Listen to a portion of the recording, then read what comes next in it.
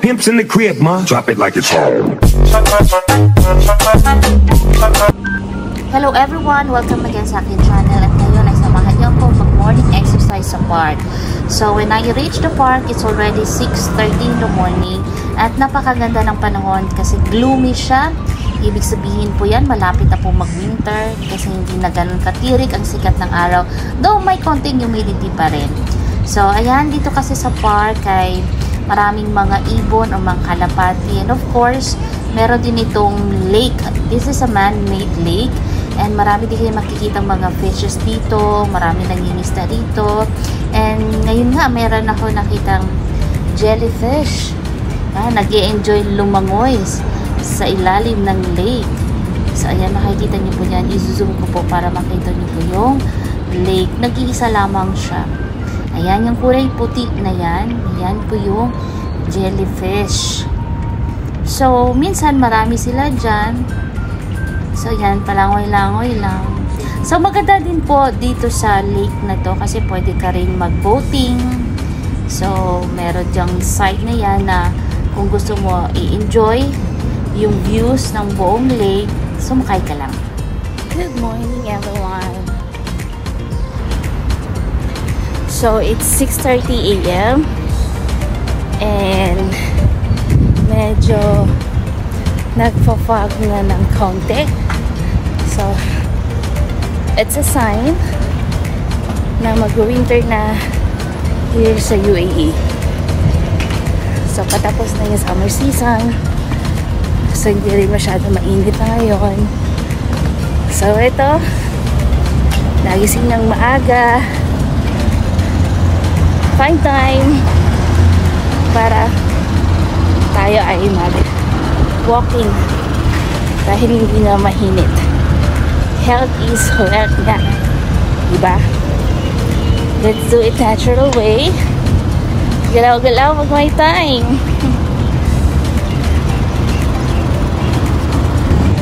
So dito sa Al Majas Park, meron silang running field. Ayan, rubberized running field. So mahilig mag-jogging. So pwede ka rin mag-walking dito. So mai-enjoy mo yung views kasi green siya. So pinagpapawisan na ako, guys.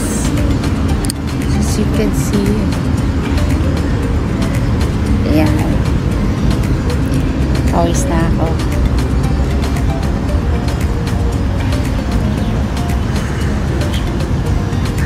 Get wet.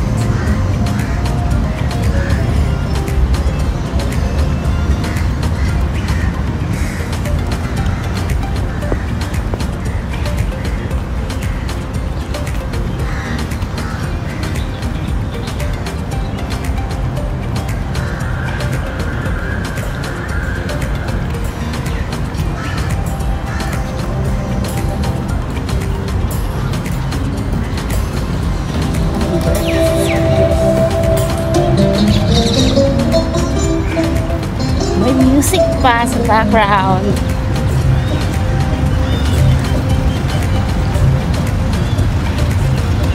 Good morning. Spread positive vibes.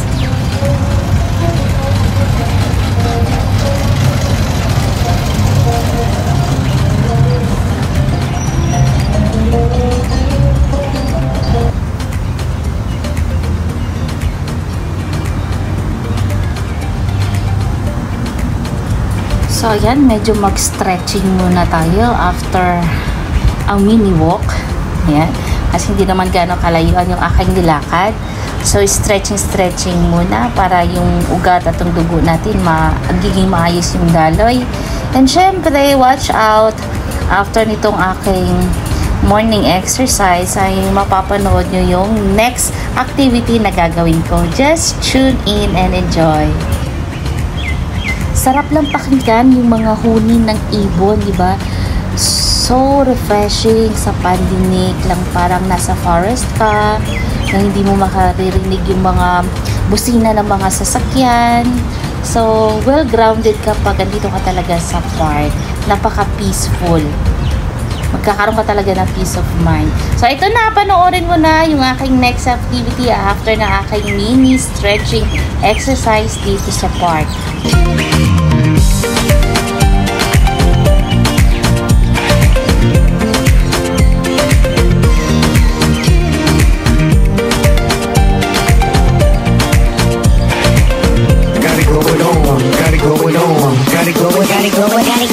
When the pimp's in the crib, ma, drop it like it's home.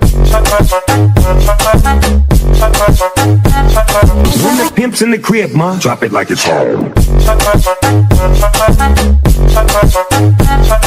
When the pimp's in the crib, ma, drop it like it's home.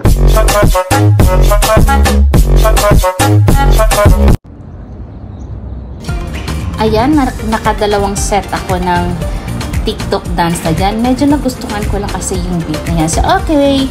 Balik naman tayo dito sa park. So, enjoy nyo po yung view dito. So, makikita nyo po yung building as if feeling nyo nasa Seattle, USA kayo. Diba? Sa ganda. Sa gabi rin maganda din po ito tingnan kasi yung mga lights kumukuti-kuti tapos sa dilim. Ayan. So, meron dito mga boat rides sa gabi. For now kasi sa umaga pa. So, mag-start sila sa hapon, late afternoon, then up to the evening. So, that's it. So, enjoy watching.